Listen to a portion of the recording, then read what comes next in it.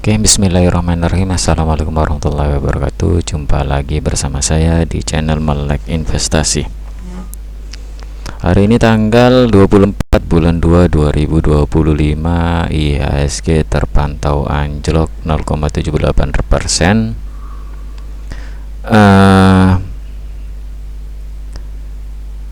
Tadi ada peluncuran Danantara ya, dari Bapak Presiden kita. Ya, kita lihat aja nanti gimana perkembangannya. Memang tujuannya sih bagus ya, Danantara ya, membentuk badan investasi gitu kan. Cuman pribadi saya sih kurang yakin ya. Ya, tahu sendiri lah ya, dengan kasus yang sudah-sudah gitu kan. Asabri atau Taspen atau apalah, Jiwasraya atau apa yang kemarin itu kan. Ya ujung-ujungnya ya itu. Kalau pasti banyak uang, apalagi ini ya, dananya gede ya, 900 miliar kalau nggak salah, entah berapa ribu triliun gitu asetnya ya yang dikelola ya. Yang jelas ya, ya tahu sendirilah Indonesia, pasti banyak tikus-tikusnya nanti yang masuk ke situ. Tapi ya mudah-mudahan aja bagus gitu pengelolanya kan. Dan apa pengaruhnya ke saham perbankan? Soalnya lebih banyak berkontribusi kan perbankan ya. Kalau menurut saya sih nggak seberapa mengimbas ya, soalnya kan itu kan yang bagian dividennya aja, dia kan nggak ikut campur urusan internnya gitu kan, internalnya gitu kan. Ya lihat aja ke depannya nanti gimana. Oke, hari ini saya mau bahas saham. Ada 3 saham. Yang pertama SGR, Auto, dan Bevin ya. Kita ke SGR dulu. ASGR nih bergerak di bidang finance ya. Finance, astagfirullahaladzim. Astra Group bergerak di bidang perkantoran, percetakan, dan sebagainya. Ini perusahaan udah tua, betul, udah sangat tua ya. Salah satu memang tak berapa kontribusi dia di Astra Group ya, cuman ya ini termasuk emiten yang lumayan gitu. Kalian tahu sendirilah kalau GJG-nya Astra itu gimana gitu kan, patut diapresiasi gitu kan. Oke, langsung saja kita ke laporan keuangannya. Ini saya rangkum di sini aja ya. SGR dia bergerak di bidang perkantoran ya. Untuk revenue-nya tahun 2024 mengalami sedikit penurunan ya, 28 ya, 2,8 triliun. Tapi net income-nya naik ya, mungkin lebih efisiensi sekarang, bebannya mungkin berkurang. Saya belum mempelajari laporan keuangannya sih, cuman ada tadi yang saya suka nih, dia ada saldonya yang gede ya, dia ini nih saldo yang laba yang belum dicadangkan nih, 1,7 triliun, besar dia. Dan dia punya cash yang gede juga, dia 1,6. Untuk pendapatannya, dia ini yang agak kurang suka saya dari ASGR nih. Pendapatannya dari tahun ke tahun itu menurun dia. Jadi kalau kita lihat ininya, apa namanya, grafiknya, dia mengikuti dia. Ini kita lihat ya.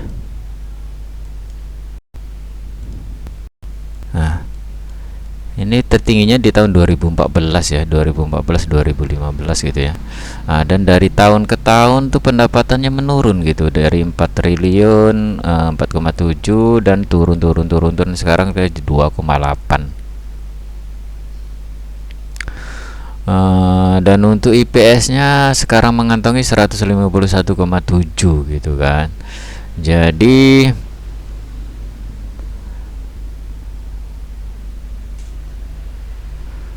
apa namanya, PBV-nya dia, back value-nya ada di 1300-an ya sekarang ya, 1300, dan di harga sekarang harganya berapa ya, waktu ini saya buat tuh di sekitar 835 ya. Ini di harganya berapa sih ya, ASGR nih 835, book value nya 1300, jadi dia nggak nyampe 1, 0,67. Tapi itulah, sekali lagi ini kurang diapresiasi sama market karena pendapatannya selalu turun dia. Nah itu entah apa yang untuk manajemennya, mungkin entah apa, kurang inovatif atau gimana ya. Mana tadi? Untuk pairnya masih di 8. Pairnya masih bagus ya, masih di bawah 10, dan ROE nya mengecewakan. Mengecil, nggak nyampe 10% ini. Aduh, ya lumayan lah untuk bahan diversifikasi kalian gitu kalau menurut saya. Soalnya ini Astar Group, dia rutin ngasih dividen, dan DER-nya kecil, termasuk kecil, 53 di tahun 2024, dan dia punya saldo yang gede dia guys, saldo yang boleh dicadangkan ya 1,7. Dan untuk dividen, selama beberapa tahun terakhir dia membagikan sekitar 40, dia rajin 40 ya, dari tahun 2017 dan sekarang naik 45 gitu ya. Kita asumsikan aja dia mengasih dividen 45 ya, DPR-nya 45%. Ini saya buatkan kalau misalnya dia ngasih di harganya sekarang di 835. Waktu saya buat ini ya, cuman nggak tahu saya berapa itu harganya, paling ya kurang lebih lah nanti.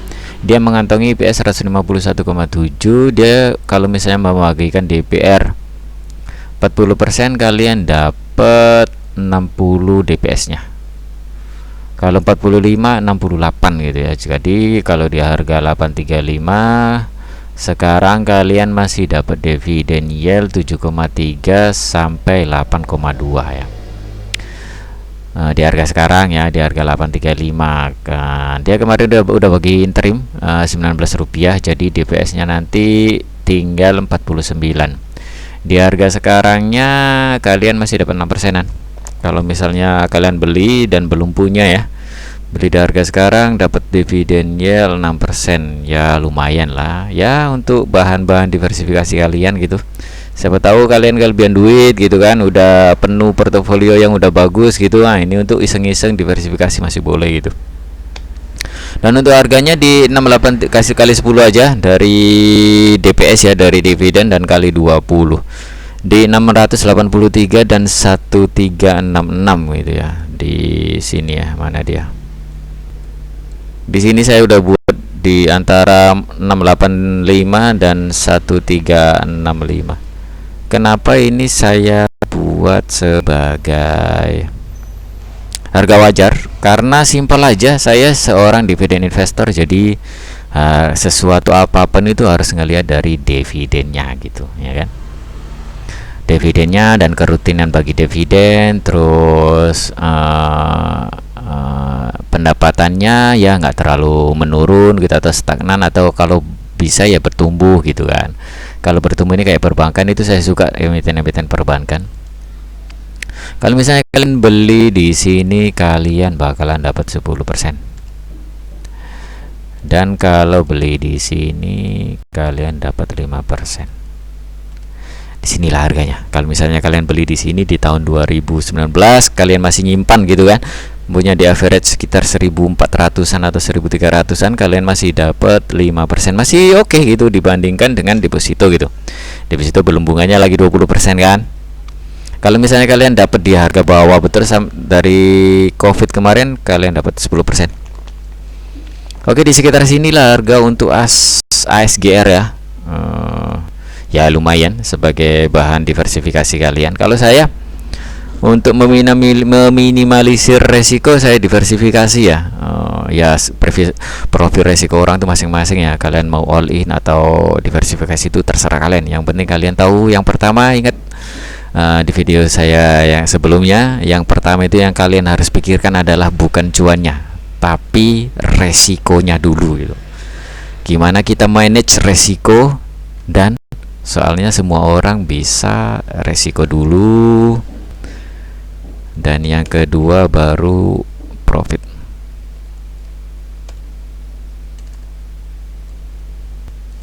Pertama resiko dulu, yang kedua profit gitu.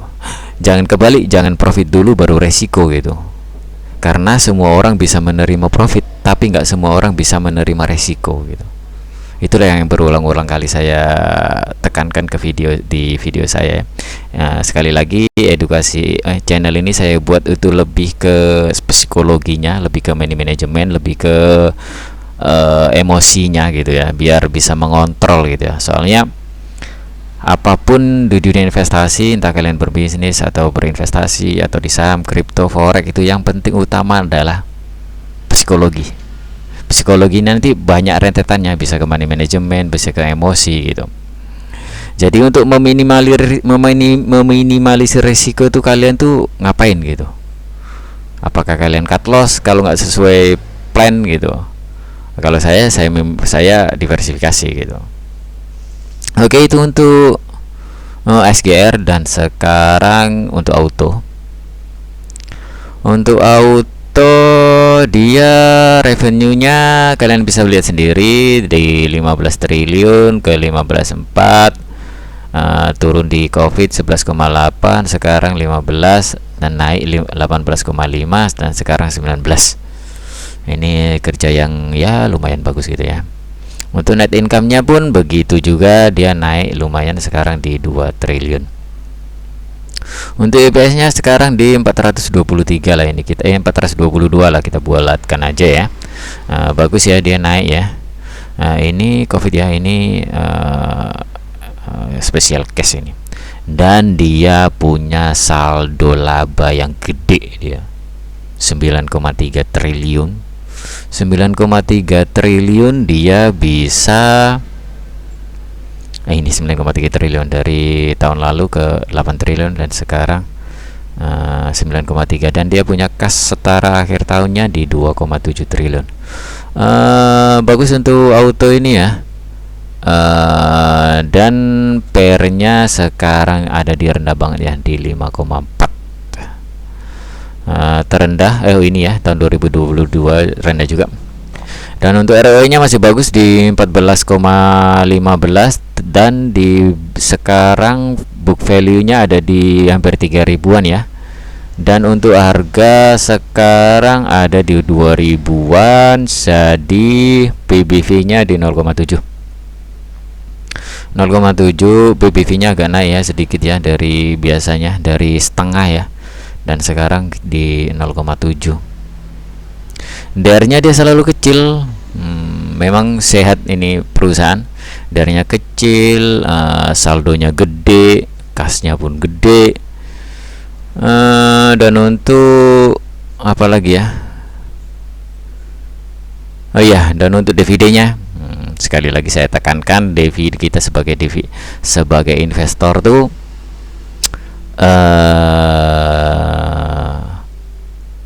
harus dapat bagian. Kita shareholder itu harus dapat bagian dari suatu perusahaan gitu ya. Ya kita investasi kalau didongoin aja nggak dikasih apa-apa, ya apa yang kita dapat gitu kan. Kalian mengharapkan capital gain gitu kan. Itu capital gain itu sesuatu yang tak pasti gitu. Karena tak pasti gitu. Jadi kan kalau dividen kan sesuatu hal yang pasti gitu. Kalian dapat, meskipun harga lagi turun, kalian masih dapat dividen yang worth it waktu kalian entry. Itu udah tenang gitu.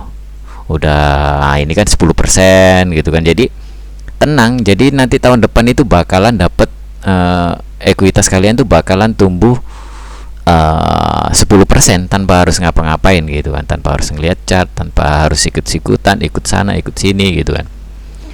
10%. Kalau kalian nunggu beggar itu, beggar tuh bonus kalau menurut saya. Kita kasih waktu lah untuk perusahaan itu untuk tumbuh. Nanti beggar itu ada waktunya gitu. Nanti siapa tahu berapa tahun lagi gitu, perusahaan itu makin tumbuh. Jadi kan harga mengikuti gitu kan. Oke, untuk harga sekarang di 2020, IPS dia mengantongi 422 ya. IPS mana ini? IPS 422. Dan DPR-nya 45% ya, kita mengikuti harga yang DPR yang kemarin. 45% di 190-an lah ya, 189. Dan kalau misalnya kalian beli kemarin dapat dividen yield 9,4. Dan kemarin dia bagikan interim ya. Kalau misalnya kalian beli di sekarang nggak dapat interimnya udah dibagi kemarin di 132. Di 57 rupiah. Kalian bakalan dapat 132 DPS-nya. Dan bakalan dapat 6,6% di harga sekarang. Tidak termasuk ini ya, tidak termasuk interim ya. Ini untuk finalnya perkiraan segini, tapi kemungkinan sih segitu ya. Ya mudah-mudahan aja dia bagikan 60% gitu. Tapi kalau lihat gayanya Astra Group dia nggak pernah banyak dia ya, selalu 40 50 gitu aja dari dulu dia. Tapi so far so good ini, emiten yang sehat banget kalau menurut saya. Oke, untuk harganya, harga wajar dia kali ini aja. DPS mana nih? DPS kali 10 aja. Di sini dan kali 20.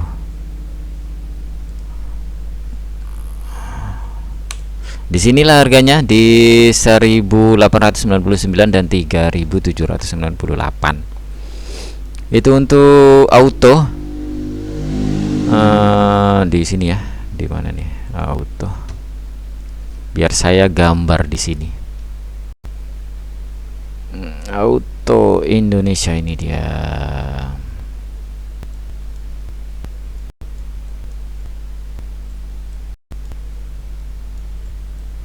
Di harga sekarang kalian masih dapat 6,6% ya, bukan termasuk interim.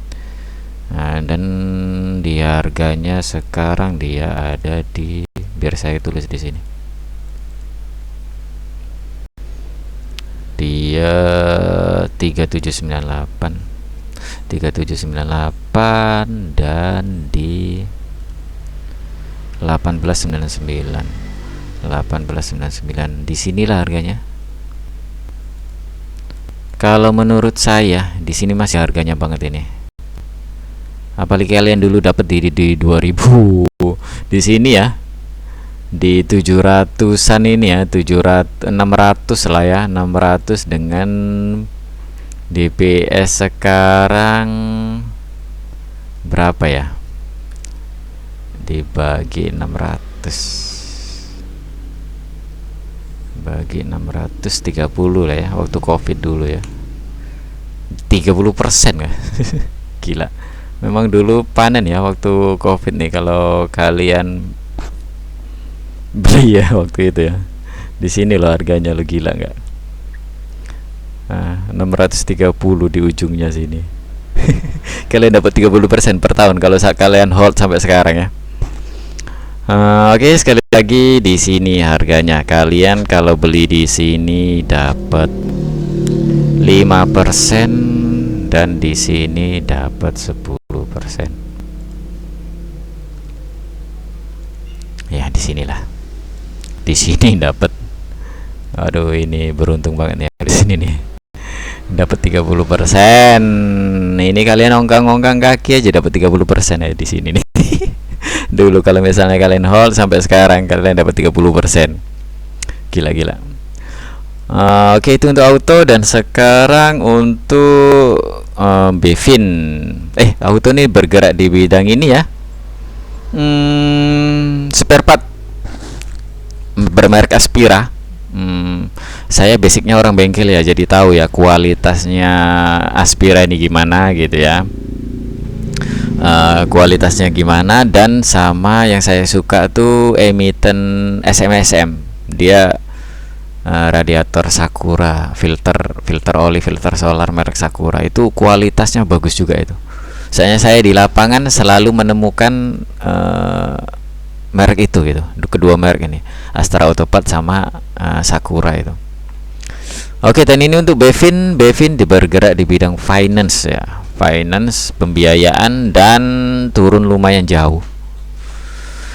Rata-rata ya kalau misalnya di bidang keuangan ini agak-agak sulit di tahun 2024 nih, perbankan naiknya cuma sedikit gitu, dan BEF ini turun lumayan gitu. Itu menandakan daya beli masyarakat memang turun gitu. Dan sekali lagi saya tekankan, di tahun 2025 ini kita pun disambut dengan pelemahan daya beli masyarakat juga. Dan kalian harus siap-siap dengan emiten-emiten yang kinerjanya bakalan menurun. Soalnya bakalan ke depan ini agak-agak suram juga ini. Tapi nggak apa-apa, maksudnya tuh kita nggak usah berkoar sana berkoar sini. Memang kita ini sebagai retail biasa, rakyat biasa, kita harus beradaptasi aja. Harus pandai manajemen, harus pandai nyari aset gitu. Kalau menurut saya sih aset yang paling bagus sih saham sih. Kalau menurut saya itu, kalau menurut kalian ya pendapat orang masing-masing gitu ya. Oke, untuk pendapatannya kalian bisa lihat sendiri ya, agak menurun ya, dan net income-nya juga menurun. IPS-nya sekarang di 98. Dan 98, BV-nya ada di 6.307, dan di harga sekarang 637, dan sekarang di 885, jadi agak murah, 1,48 kali. Untuk ROE-nya di 15%, masih oke gitu kan. Dan untuk ini dia punya saldo gede juga guys. Dia punya saldo laba yang belum ditentukan penggunaannya 9 triliun. Dan untuk dividen selama beberapa tahun terakhir dia selalu gampang ditebak ya, di 50-an ya. Nah, ini mungkin special case ya di 2020 ini. Tapi rata-rata dia 50 ya. Nah, kita bikin aja 50, dan harganya sekarang di 885, IPS-nya 98, DPR-nya 50, jadi dibagi 2 aja, dia mengantongin DPS 49 kemungkinan. Dan di harga sekarang kalian dapat 5,5%, termasuk interim kemarin ya. Interim kemarin dia udah bagi 28, jadi kalau final nanti ini kemungkinan dia bakalan di 20-an, di 21. Jadi ya, harga sekarang kalian dapat 2,4%. Ya lumayan lah untuk bahan-bahan diversifikasi kalian. Siapa tahu nanti ekonomi membaik, pembiayaan pun bakalan membaik gitu ya. Oke, itu aja untuk hari ini. Saya tekankan untuk tahun 2025 ini kemungkinan bakalan agak seret ya ekonominya. Jadi saya wanti-wanti untuk tetap slow gitu menghadapi market yang bakalan agak memerah-merah terus. Jangan merah kalian kabur, itu hal-hal yang biasa, itu respon market. Selagi kinerja emiten kalian masih bagus, masih di tracknya gitu ya, stay aja gitu. Oke, saya akhiri.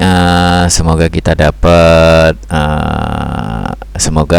dapat pencerahan psikologi kalian, emosi kalian dengan video ini, dan semoga kita semua berhasil dalam dunia investasi ini. Oke, saya akhiri. Assalamualaikum warahmatullahi wabarakatuh.